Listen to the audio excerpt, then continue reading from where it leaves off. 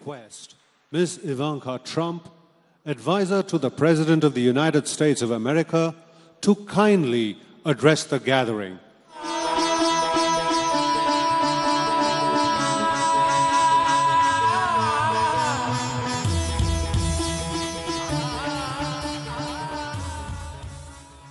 Hello, everyone. Thank you for all being here and for the incredibly warm welcome. On behalf of the United States and the 150 other countries represented in this room, thank you for hosting the Global Entrepreneurship Summit here in Hyderabad, a city that is quickly emerging as the innovation hub of India. And thank you, Prime Minister Modi, for joining us here today, and for all that you are doing to build India as a thriving economy, a beacon of democracy, and a symbol of hope to the world. What you are achieving here is truly extraordinary. From your childhood selling tea to your election as India's Prime Minister, you've proven that transformational change is possible.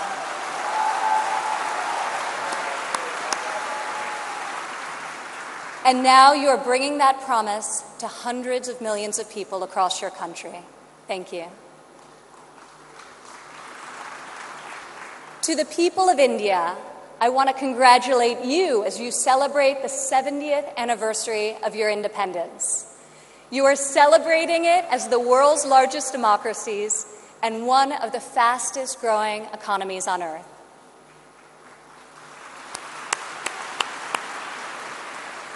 Through your own enterprise, entrepreneurship, and hard work, the people of India have lifted more than 130 million citizens out of poverty. A remarkable improvement, and one I know will only continue to grow under the leadership of Prime Minister Modi. All of you are helping India's middle class reach its goal of nearly 500 million people by 2030. You have opened new universities across the country. Your doctors and scientists are discovering medical cures and life-saving technologies. Your engineers and your architects have built modern wonders that grace your skies. And Indian spacecraft have traveled to the moon and to Mars. The people of India inspire us all.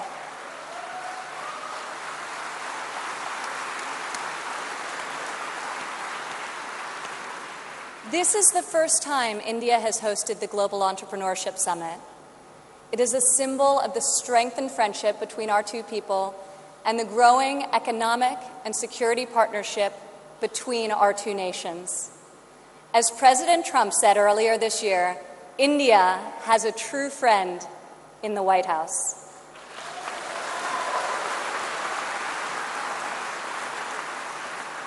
I would like to thank the State Department for co-hosting this incredible gathering. I would also like to thank Governor Narasimhan and all elected Indian officials who are here with us tonight for welcoming us to your beautiful country. Thank you. It's incredible to be in this ancient city brimming with transformative technology. Now, your tech centers may even outshine your world-famous biryani. Maybe. CEOs like Microsoft's Satya Nadella went to school right here in Hyderabad.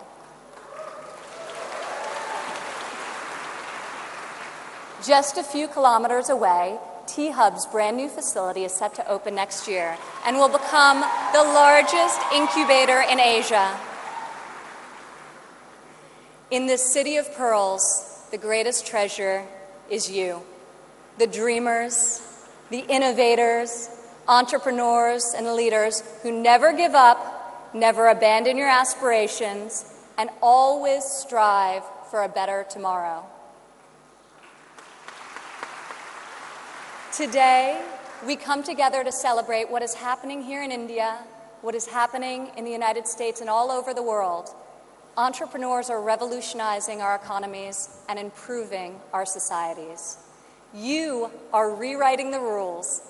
You have the inspiration and drive to serve our communities through the projects you start and the businesses you build. You have the grit, the perseverance, and the will to succeed. Each of you started with an idea. You've worked long days and nights to code the next robot, create the next app, find the next cure, and discover the next breakthrough to improve the lives of millions of people. Some may have tried to convince you that the risks are too great, the rewards too small. But you are here today because you are not afraid to fail. You want to own your future. So I want to congratulate you on all that you have already accomplished.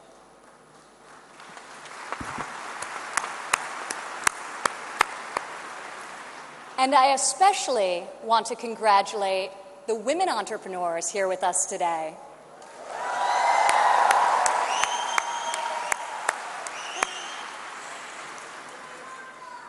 Thank you. This year's summit is focused on a theme that is key to our future: women first, prosperity for all. I'm proud to say that for the first time ever, women make up the majority of the 1,500 entrepreneurs selected to attend this summit. I see all of you out there. Only when women are empowered to thrive will our families, our economies, and our societies reach their fullest potential. As a former entrepreneur, employer, and executive in a male-dominated industry, I've seen firsthand that all too often, women must do more than their male counterparts to prove themselves at work, while also disproportionately caring for their families at home. After my father's election, I saw an opportunity to leave my businesses for the privilege of serving our country and empowering all Americans to succeed. Our administration is advancing policies that enable women to pursue their careers and care for their families, policies that improve workforce development and skills training, and policies that lift government barriers and fuel entrepreneurship so that Americans can turn their dreams into their incredible legacies.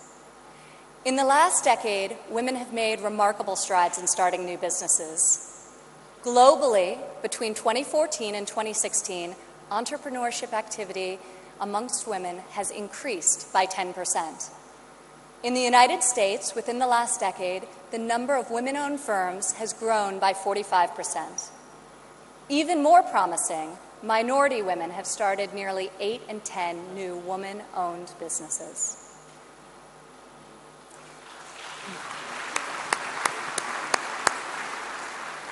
Today, more than 11 million women in the United States own businesses. They employ nearly 9 million workers and generate over $1 trillion in revenue.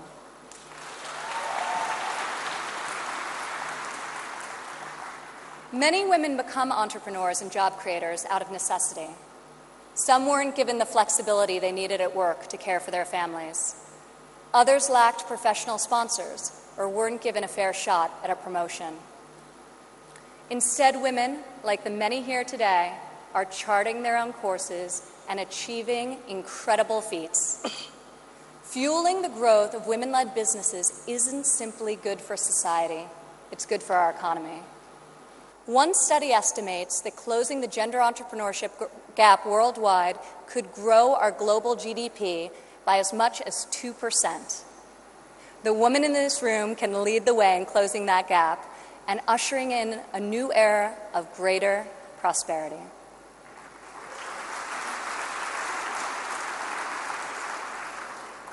Yet despite the soaring rate of female entrepreneurs, women still face steep obstacles to starting, owning, and growing their businesses. We must ensure women entrepreneurs have access to capital, access to networks and mentors, and access to equitable laws. In developing countries, 70% of women-owned small and medium-sized businesses are denied access to capital. The result has been a nearly $300 billion annual credit deficit for women entrepreneurs in the developing world. In the United States, a Harvard Business Review report found that investors ask men questions about their potential for gains, whereas they ask women questions about their potential for loss. This could in part explain why women entrepreneurs received less than 3% of venture capital funding in 2016. We are working hard to reverse this trend. The U.S. Small Business Administration, for example, increased lending to women by over $500 million this year alone.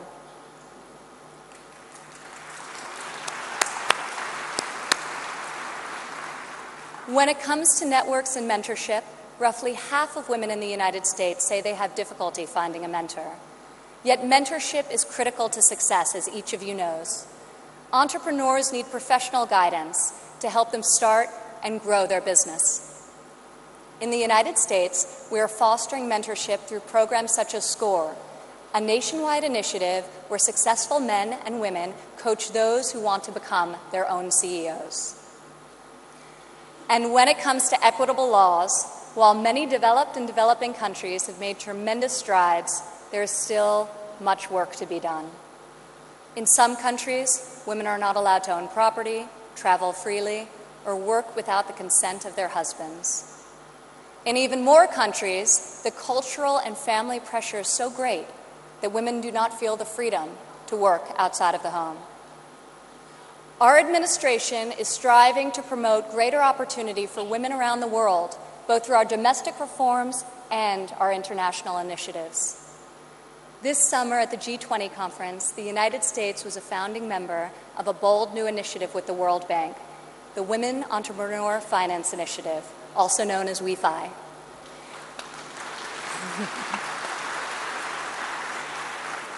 This facility provides access to capital, networks, and mentorship for women in developing countries.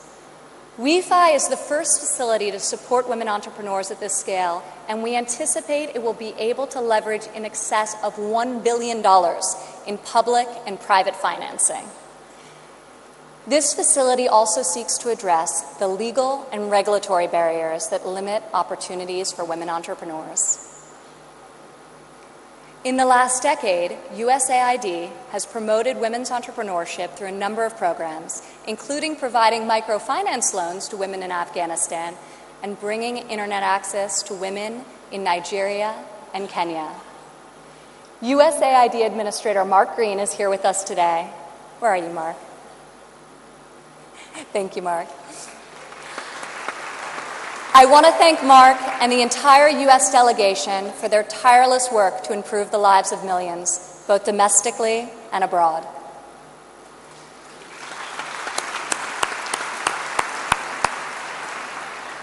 Further, as each and every one of you can attest, this summit is yet another powerful example of a U.S. initiative that connects entrepreneurs around the world with investors who believe in your mission and will champion your success.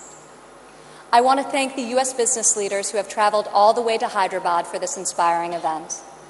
I also want to congratulate the more than 350 American entrepreneurs who were selected to be with us here today to represent America's brightest talent.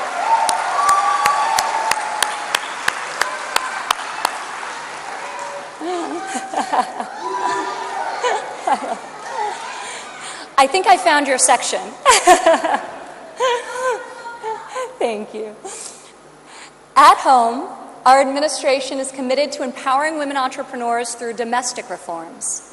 In the past 11 months, we have expanded apprenticeship programs and prioritized STEM education to ensure that women and men have more opportunities to master the skills that drive progress in the 21st century. We have dramatically reduced job-crushing regulations, which disproportionately hurt entrepreneurs and small business owners. And we are laser-focused on passing long-overdue tax cuts. This will provide much-needed relief to working families and to businesses of all sizes. Also this year, for the first time ever, the President's budget included a proposal to establish a nationwide program for paid family leave. We are committed to supporting women and men who work both inside and outside of the home.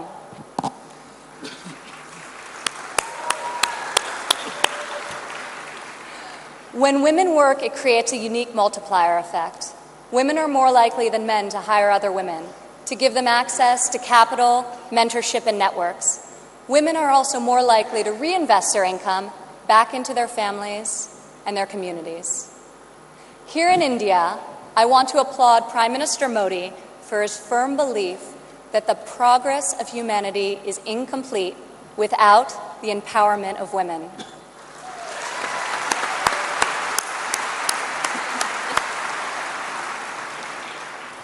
Just consider, if India closes the labor force gender gap by half, your economy could grow by over $150 billion in the next 3 years.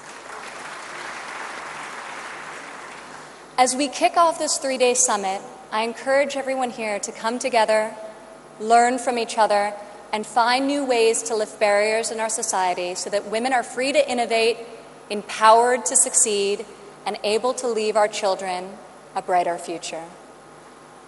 As we strive for change, we must never forget that the best hope for our future is far greater than any single government policy. The source of our success is found in the spirit, the drive, and the talent of our people. Here with us today from San Francisco is Dara Dotz. Dara spent over a decade working in underserved communities around the world. She witnessed firsthand that many times people need very simple items: a bucket for carrying water, a splint to treat an injury, a part to fix a generator. Dara co-founded Field Ready to provide life-saving supplies through 3D printing.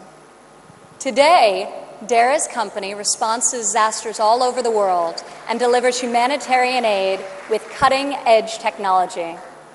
Through her innovative solutions, Dara is saving lives and bringing hope to thousands of communities. Thank you, Dara. Please stand up, Dara.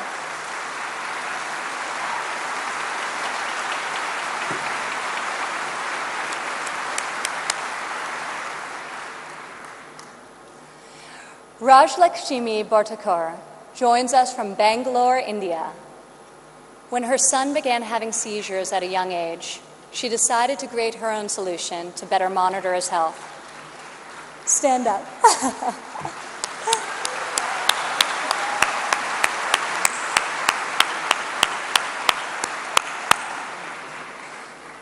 She invented a smart glove that predicts, manages, and detects different diseases and disorders using artificial intelligence. Now her company, Terra Blue, aims to make specialty healthcare accessible in even the most remote places in India. Rajlakshmi, your courage and determination is truly remarkable. Congratulations. Thank you.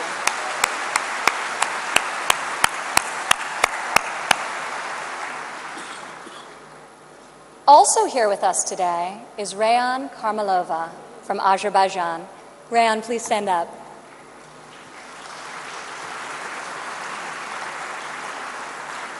You all won't believe this, but Rayan is just 15 years old. But that has not stopped her from founding a company that harvests energy from rainwater. Rayan has a powerful motto: light up one house at a time. Rayan, each home you light up is illuminating the world. We are inspired by your brilliance and your hard work. Thank you.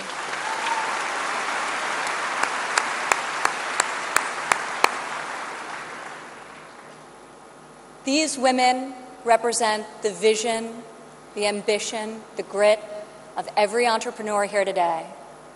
You are saving lives, creating jobs, and bringing hope to our communities. You are transforming our societies one business and one customer at a time. You prove to the world that we have the power to rise above the challenges of our day and to pioneer new pathways forward and to leave our mark on this moment in history.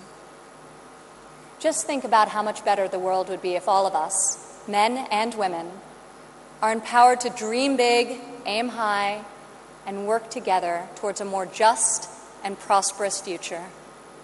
A future where mothers and fathers can work hard to build a better life for their families, where boys and girls can go to school, discover their talents, and pursue their ambitions. and where people of all nations can live and work together in dignity and in peace. This is the future we can, will, and must build together. And this is the promise of the visionaries gathered in this room today. Thank you.